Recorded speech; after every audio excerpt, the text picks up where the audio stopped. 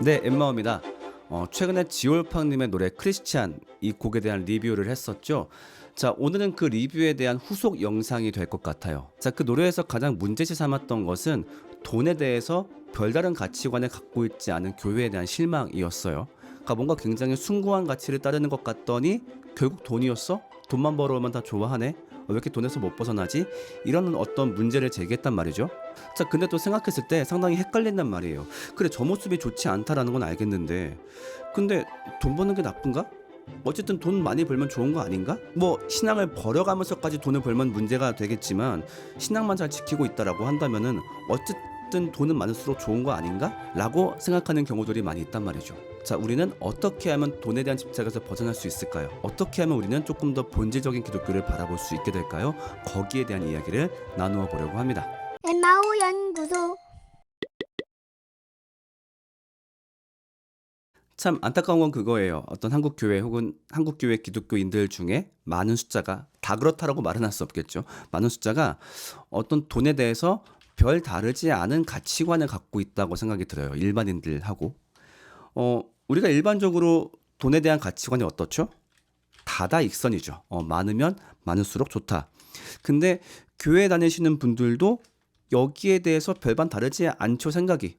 돈 많을수록 좋은 거 아닌가? 그러니까 신앙만 버리지 않는다면 어쨌든 교회 열심히 다니면서 돈 잘 벌면 그건 좋은 거잖아. 네, 그렇게 생각을 하고 있습니다. 그렇다 보니까 자연스럽게 굉장히 어떤 돈 중심의 가치관, 돈 중심의 종교관이 형성될 수밖에 없죠. 그러니까 영상에서 비판했던 것처럼 돈 잘 벌면 박수, 축복받았다. 좋은 크리스찬이다. 이렇게 바라보는 풍토가 좀 있죠.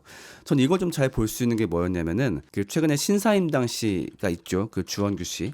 뭐 최근에 몇 가지 문제가 되고 있는 게 있지만 뭐 그거는 정확하게 밝혀진 게 없기 때문에 그건 좀 제하고 얘기를 할게요. 그러니까 신사임당 이분이 뭐 100억대 자산가인데 교회를 다니기 시작했으면 고백했어요. 근데 그게 얼마 안 된 걸로 알고 있어요. 제가 알기로는 한 1년 정도? 그러니까 한 1년 전쯤에 자기가 기독교인이 되었다라고 고백을 했어요.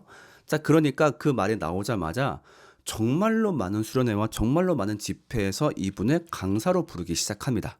자, 그럼 제가 궁금한 건 그거예요. 과연 이 주원규 씨를 강사로 부르는 그 이유는 무엇일까? 정말로 이분한테 어떤 신앙의 이야기, 이분의 어떤 신앙의 그 스토리, 뭔가 배울 게 있어서 정말 그래서 부르는 걸까? 그러니까 그렇다고 이분이 엄청나게 대단한 신앙적 고백을 했다거나 어떤 중요한 이야기가 있다거나 그러진 않았던 걸로 알고 있거든요. 그냥 그거겠죠. 돈 많대. 근데 마침 교회 다닌대. 그러니까 뭔가 신앙의 이야기도 듣고 좀 저 사람의 뭔가 돈 버는 비결도 듣고 뭔가 이 두 마리 토끼를 잡고 싶어하는, 그러면서도 조금 더 이 돈 쪽에 좀 내 관심사를 채우고 싶어하는, 어찌 보면 그런 욕심이 이분을 강사로 섭외하고 있는 게 아닐까 생각이 들어요. 그렇잖아요. 사실 1년밖에 안 됐는데 어떤 신앙이 궁금하다라고 한다면 이분을 부르진 않았을 거라 생각이 들거든요. 자, 그러면은 이런 세태가 나쁘냐? 아니, 어쨌든 돈 많으면 좋은 거잖아요. 라고 할지 모르겠는데 예수님은 분명히 우리한테 얘기했어요. 너희는 하나님과 돈을 동시에 섬길 수 없다. 분명히 얘기했었죠. 이 두 가지는 양립할 수 없는 가치관이다. 자, 그런데도 우리는 계속 이 말을 좀 무시하고 싶어 해요. 그래요. 그러니까 그 말은 어쨌든 교회는 나오면서 돈 벌란 얘기죠. 그쵸? 그러니까 너무 나쁘게 돈 벌지만 마라. 그러니까 옳게만 돈 벌면 좋다. 그런 거잖아요. 그쵸? 그래가지고 어떻게든 신앙과 돈 두 가지를 다 잡아보려고 하죠. 그래서 그런 마인드를 찾아볼 수 있는 또 하나의 현상이 이 왕의 재정 신드롬. 네, 왕의 재정이라는 책이 있어요. 물론 저는 안 읽어보긴 했는데 이게 엄청나게 많이 팔렸고 지금도 이 저자분께서 상당히 많이 강의를 돌아다니시죠. 그러니까 결국 그거예요. 어떻게 하면 기독교인이 돈을 잘 벌 수 있는가. 또 심지어 기독교인은 돈을 잘 벌어야 한다로까지 나아가고 있죠. 그렇다 보니까 결국 기독교인들도 다다익선 이 가치관을 벗어나기가 어렵다란 말이죠. 자, 그러면은 정말로 돈이 많으면 좋을까요? 어때요? 네, 좋겠죠. 그렇죠? 제가 생각해도 좋을 것 같아요. 그러니까 우리 안에 대부분 이 말을 반박할 수 있는 논리적 근거가 없는 경우가 많아요. 여러분, 재물을 쫓으면 안 됩니다. 뭐 재물에 집착하면 안 됩니다. 뭐 그런 어떤 명제들은 알고 있는데 왜요? 라고 했을 때 딱히 교회에서 들어봤던 기억이 안 나요. 사실 교회도 돈 뭐 많을수록 좋지 이렇게 생각을 하니까. 그럼 정말로 돈이 많았을 때 왜 안 좋냐? 그것이 우리한테 어떤 위험을 끼칠 수 있느냐? 여기에 대해서 구체적으로 사고해보지 않은 결과라고 생각하거든요. 자, 그럼 한번 이 사고를 구체적으로 해보자고요. 왜 돈이 많으면 안 좋은지. 네, 이 얘기를 한번 해봅시다. 대답은요, 생각보다 간단합니다. 성경의 주된 가치관 중 하나를 떠올리면 되죠. 그것은 바로 죄입니다. 조금 더 쉬운 말로 하자면은 악함. 자, 성경은요, 세상에 그리고 인간의 죄가 가득하고 악함이 넘친다라고 얘기를 합니다. 자, 그런데 우리가 보통 이 명제를 그냥 어떤 성경 속 이야기 내지는 어떤 교리상의 지식 정도로만 가두어 둘 때가 많아요. 근데 이걸 진짜로 오늘날 세계에 적용해서 한번 생각을 해봐야 돼요. 자, 한번 볼게요. 세상 사람들 모두가 돈을 좋아해요. 그리고 세상 사람들은 악합니다. 그쵸, 세상에 나쁜 놈들 얼마나 많아요. 그리고 좋은 사람이다 싶었는데도 그 안에 악함이 있는 경우가 대부분이고. 자, 이런 상황에서 내가 돈을 벌었다? 그러면 무슨 일이 벌어질까요? 제가 종종 쓰는 비유인데요. 저는 돈을 많이 번다라는 건 마치 최고급 소고기를 손에 얻은 것과 똑같다라고 생각해요. 근데 어디에서? 사바나 초원에서. 나한테 고기가 생겼어. 너무 좋아했어. 막 먹으려고. 근데 주변을 둘러봤더니 여기가 어디야? 사바나 초원이야. 사자, 하이에나, 제규어. 그때부터 무슨 일이 벌어질까요? 이제 그 동물들이 달려들 거예요. 마찬가지겠죠. 이런 상황에서 내가 돈을 벌었다고요? 이제부터 우리는 한 번도 경험해 본 적 없는 세상의 악함이 몰려올 각오를 해야 돼요. 우리 이런 사례 얼마나 많아요. 그 주변 어르신들한테 한번 물어보세요. 돈 벌었을 때 어떤 경험했었냐고. 어르신들마다 대부분 그런 경험 한 번쯤은 있어요. 돈 벌었다라는 얘기 들리니까 주변에서 온갖 추잡한 손들이 막 몰려올 때. 저희 부모님의 지인이 겪으신 일인데요. 아는 분이 로또 1등에 당첨이 되셨었대요. 그래가지고 이분이 돈을 주변 분들한테 다 나눈 거예요. 좀 이렇게 나중에 뒤탈이 없게 하려고. 그래가지고 제가 정확한 액수는 기억이 안 났는데 자기 직계 가족, 그러니까 뭐 부모님, 형제 뭐 이렇게는 1인당 뭐 5천씩인가 주고 그다음에 사촌들한테는 1,000만 원인가? 아무튼 그렇게 다 한 명 한 명 다 나눠줬다 그래요. 근데 이분이 결국 사촌 중에 한 명한테 살해당했어요. 왜 그랬을까? 왜 나는 1,000만 원만 줘? 나도 5천 줘. 이런 식으로. 그러니까 돈을 갖고 있다는 이유로 말도 안 되는 악함이 오는 거죠. 그 갑자기 떠오르는 게 또 하나 있는데 여러분 이분 아실까 모르겠어요. 아마 나이가 좀 있으신 분만 기억할 텐데 옛날에 제가 어렸을 때 초딩 때 나왔던 얘기인데 이분이 누구냐면 산골 소녀 영자예요. 그러니까 이분이 2000년쯤에 인간극장에 나왔었는데 그런 걸로 화제가 되었어요. 정말 이렇게 발달된 문명 사회에서 산속에서 아무것도 모르는 소녀가 있더라. 저 아버지와 둘이서만 살면서 뭐 TV도 잘 모르고 뭐 연예인도 잘 모르고 이제 그런 친구가 있더라. 그래가지고 화제가 되고 심지어 나중에 CF까지 찍었어요. 자, 무슨 일이 벌어졌을까요? 강도가 집에 들어와서 아버지를 살해했어요. 돈을 훔쳐가려고. 근데 뭐 집에 돈은 뭐 몇만 원밖에 없었다 그래요.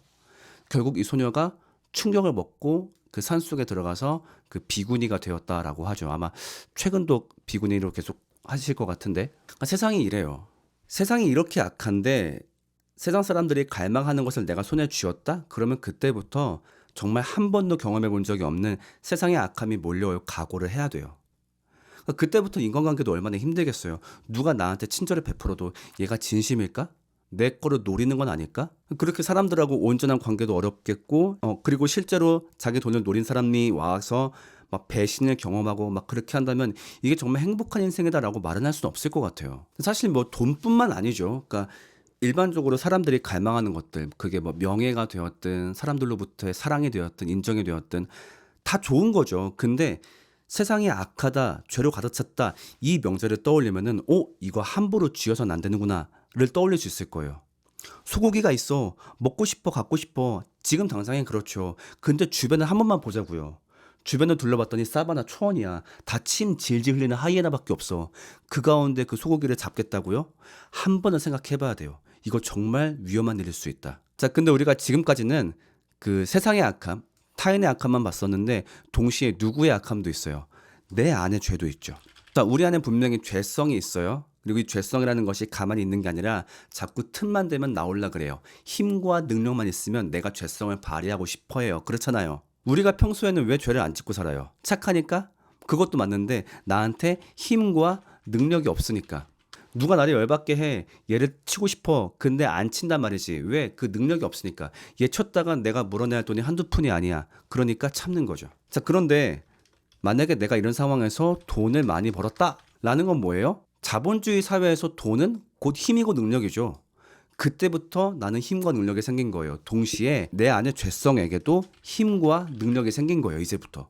내 안의 죄성이 힘과 능력을 얻었으니 이제부터 얘는 내가 여태까지 한 번도 경험해 본 적 없는 형태로 날뛰고 싶어 할 거예요. 그렇잖아요. 돈이 많아요. 뭐든지 할 수 있어요.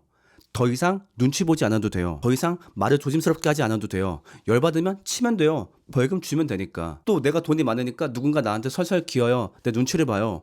걔한테 굳이 배려할 필요 없죠. 짜증도 팍팍 내도 되고 화도 팍팍 내도 돼요. 그리고 누구나 마음속에 갖고 있었던 더러운 욕망들, 더러운 욕심들, 이제 이거 돈만 있으면은 은밀하게 아무도 모르는 형태로 내가 즐길 수 있고 분출할 수 있어요. 여러분은 정말 이 모든 걸 컨트롤할 수 있다라고 자부할 수 있나요? 지금이야 돈이 없으니까 저 할 수 있을 것 같은데요 라고 말할지 모르겠지만 한번 실제 상황을 떠올려 보자고요.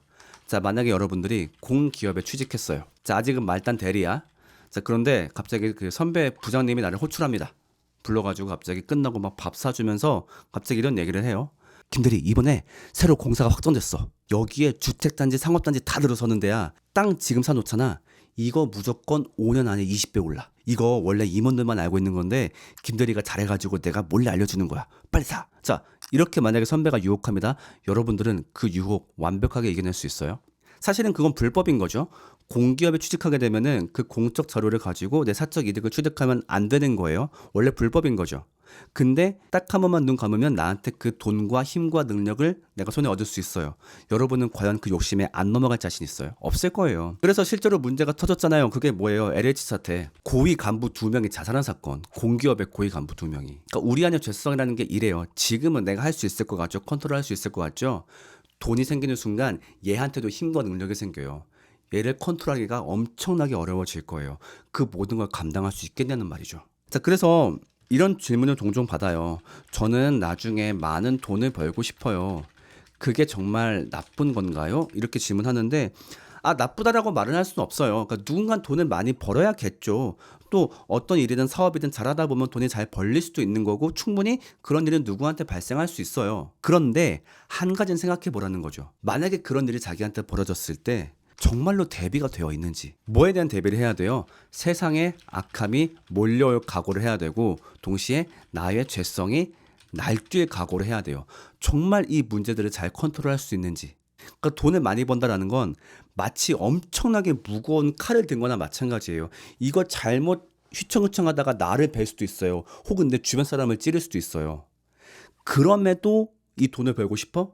그러니까 보통은 이걸 잘 예상을 안 한다니까. 그냥 앞에 소고기가 있어. 맛있어 보여. 그러니까 어떻게 돈을 많이 벌고 싶어.